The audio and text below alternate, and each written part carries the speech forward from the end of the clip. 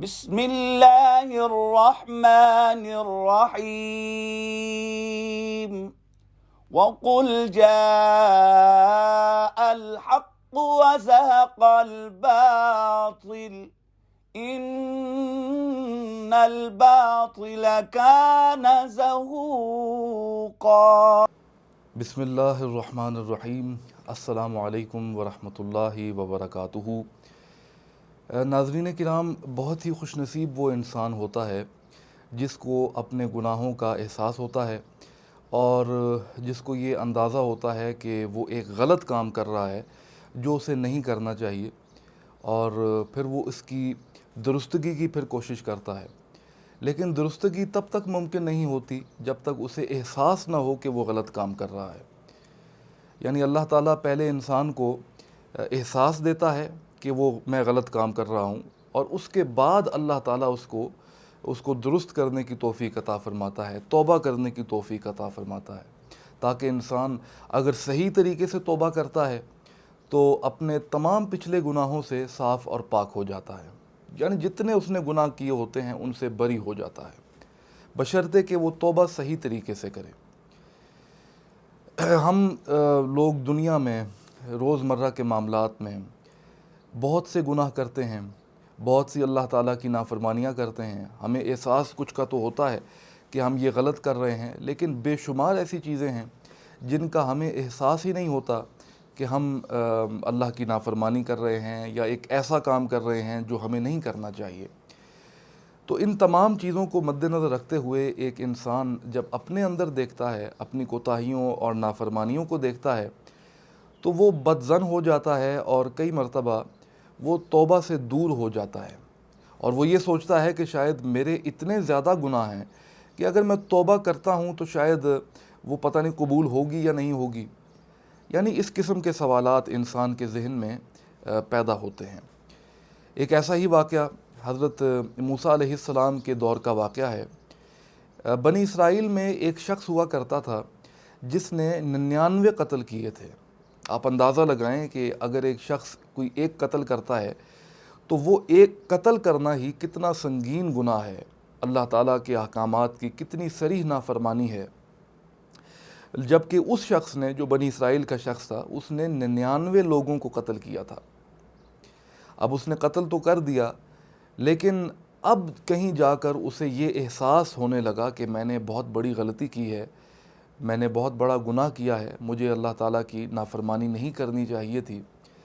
لیکن اس کے ذہن میں بھی یہی سوال آنے لگا کہ اب 99 قتل کرنے کے بعد اگر میں توبہ کرتا ہوں تو کیا میری توبہ قبول ہوگی یا نہیں ہوگی؟ اب یہ سوال لے کر وہ بڑا پریشان ہوا، اس کے جواب کی تلاش میں وہ نکل پڑا۔ اپنے ہی اس علاقے میں، اس شہر میں، وہاں پر ایک بہت ہی پرہیزگار اور نیک بزرگ ہوا کرتے تھے۔ یہ شخص ان کی خدمت میں حاضر ہوا اور اس نے سوچا کہ شاید نیک یہ بزرگ ہیں، یہ مجھے انشاءاللہ تعالیٰ کوئی نہ کوئی طریقہ بتائیں گے جس کی وجہ سے میں انشاءاللہ توبہ کروں گا اور میری توبہ قبول ہو جائے گی۔ لیکن جب وہ ان بزرگ کے پاس گیا اور ان کے سامنے یہ سوال رکھا، اپنا تمام ماجرا بیان کیا اور یہ بتایا کہ 99 قتل کر چکا ہوں اور اب توبہ کرنا چاہتا ہوں، کیا توبہ اللہ کی بارگاہ میں قبول ہوگی یا قبول نہیں ہوگی؟ اب ان بزرگ نے جب یہ سوال سنا تو انہوں نے کہا کہ بھئی اگر تم ایک قتل کرتے تو پھر کہیں نہ کہیں کوئی گنجائش تو نکل سکتی تھی توبہ کرنے کی۔ اب 99 قتل کرنے کے بعد تم آ رہے ہو اور یہ پوچھ رہے ہو کہ کیا قبول ہوگی یا نہیں ہوگی تمہاری توبہ۔ تو انہوں نے کہا کہ تمہاری توبہ قبول نہیں ہوگی، تمہارا گناہ ہی اتنا بڑا ہے۔ وہ شخص بڑا بدظن ہوا، بہت ہی اسے افسوس ہوا، اپنے آپ پر ندامت ہوئی، اور وہ یہ سوچنے لگا کہ بھئی 99 قتل کرنے کے بعد بھی اگر میری توبہ قبول نہیں ہے تو چاہے میں 99 کروں یا 100 کروں، حساب ایک برابر ہے۔ تو اس نے یہ سوچ کر ان بزرگ کو بھی قتل کر دیا، یعنی 99 سے وہ 100 لوگوں کا قاتل بن گیا، سینچری اس نے مکمل کر دی۔ لیکن 100 قتل کرنے کے بعد پھر بھی اسے یہ احساس ہوتا رہا کہ میں نے ظاہری بات ہے گناہ کیا ہے، اللہ کی نافرمانی کی ہے، تو کوئی نہ کوئی طریقہ ہونا چاہیے میری توبہ قبول ہونے کا۔ یہ سوچ کر وہ پھر اسی سوال کے جواب میں اس کی تلاش میں نکل پڑا. اپنے علاقے کے مختلف لوگوں سے ملتا رہا, پوچھتا رہا کہ کہیں سے اسے جواب مل جائے, لیکن جواب اسے ایک شخص نے دیا. وہ اسی علاقے کا شخص تھا. اس نے اسے کہا کہ تم ایسے کرو کہ یہ جو سوال ہے اس کے جواب کے لیے تمہیں دوسرے شہر میں جانا پڑے گا. خیر اس نے اس شخص کو اس شہر کی علامات بتائیں, اس کا نام بتایا, پھر اس نے بتایا کہ کہاں کہاں سے تم نے ہو کے جانا ہے, راستہ بتایا, گائیڈ کیا اسے. تو وہ انسان جو 100 لوگوں کا قاتل تھا بہت خوش ہوا. اسے کہا, اسے محسوس ہوا کہ کچھ انشاءاللہ میری توبہ قبول ہو جائے گی, کوئی راستہ نکل رہا ہے. اچھا اس شخص نے یہ بھی بتایا تھا کہ اس شہر میں ایک عالم رہتے ہیں, تم نے ان سے جا کر ملنا ہے, بڑے پرہیزگار ہیں, نیک ہیں, اللہ کے مقبول ہیں, اور ان سے جا کر تم یہ سوال پوچھو اور وہ انشاءاللہ تمہیں اس کا کوئی نہ کوئی تسلی بخش جواب دیں گے اور تمہاری توبہ کوئی انشاءاللہ قبول ہو جائے گی.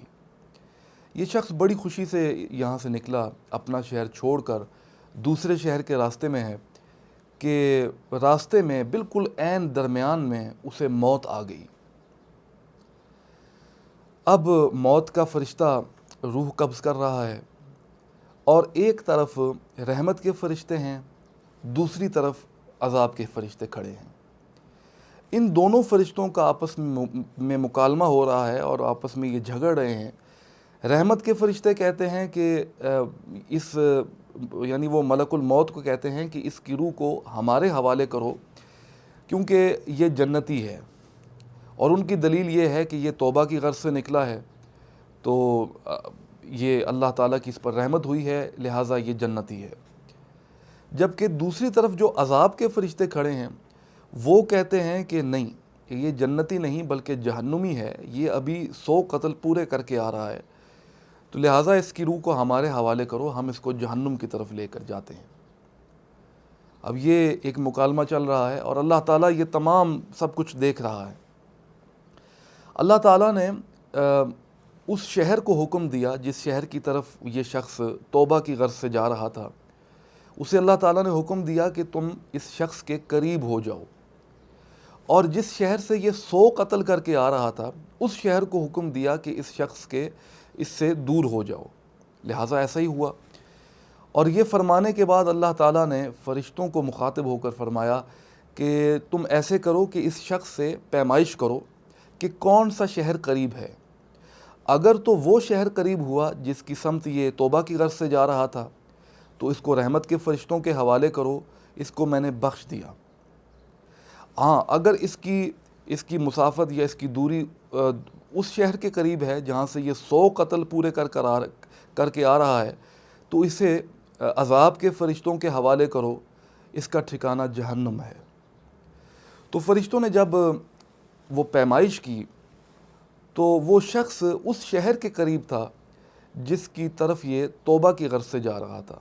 لہٰذا اللہ تعالیٰ نے ملک الموت کو حکم دیا کہ اس کی روح کو رحمت کے فرشتوں کے حوالے کرو, اسے میں نے بخش دیا. اس تمام واقعے سے ہمیں یہ معلوم ہوتا ہے کہ ہم جتنے ہی گناہ گار ہوں لیکن اللہ تعالیٰ کی ذات رحیم و کریم ہے, غفور و رحیم ہے. وہ اپنے گناہ گار بندوں کو معاف فرما دیتا ہے اور بے شمار ایسے مواقع عطا فرماتا ہے کہ انسان, اس کا جو گناہ گار بندہ ہے اللہ کا, وہ توبہ کرے, وہ اللہ کی راہ میں کوشش کرے اور گمراہیوں کے اور گناہوں کے دلدل سے نکل کر صراط مستقیم کی طرف آ جائے. ہمیں سوچنا چاہیے, ہمیں کوشش کرنی چاہیے کہ ہم کم از کم, ہم دیکھیے دنیا کو, دوسرے لوگوں کو ہم غلط کہتے ہیں اور ہم انہیں برا بھلا کہتے ہیں کہ اس میں یہ کوتاہی ہے, اس میں یہ کوتاہی ہے, وہ جھوٹ بولتا ہے, وہ چغل خوری کرتا ہے, وہ چوری کرتا ہے, یا اس قسم کے دیگر جتنے گناہ ہیں ہم دوسروں میں تلاش کرتے ہیں اور اپنے اندر ہم نظر نہیں ڈالتے, اپنے اندر ہم کوشش نہیں کرتے اپنی کوتاہیوں کو تلاش کرنے کی. اور جب تک ہم اپنے اندر کوشش نہیں کریں گے گناہوں کو, اپنی خامیوں کو تلاش کرنے کی, ہم دوسروں کو منع کرنے کے حق بجانب نہیں ہیں. لہٰذا ہم سب کو کوشش کرنی چاہیے کہ ہم کم از کم اپنے اندر کوتاہیوں کو تلاش کریں اور انہیں درست کریں, اللہ کی بارگاہ میں توبہ کریں تائب ہوں، تاکہ اللہ تعالی ہمیں سچی توبہ نصیب کرے، اور اگر ہم سچی توبہ کر لیتے ہیں تو اللہ تعالی ہمارے جتنے تمام پچھلے گناہ ہیں وہ معاف فرما دے گا۔ اللہ تعالی ہمیں اس پر عمل پیرا ہونے کی توفیق عطا فرمائے، آمین، بجاہ سید المرسلین۔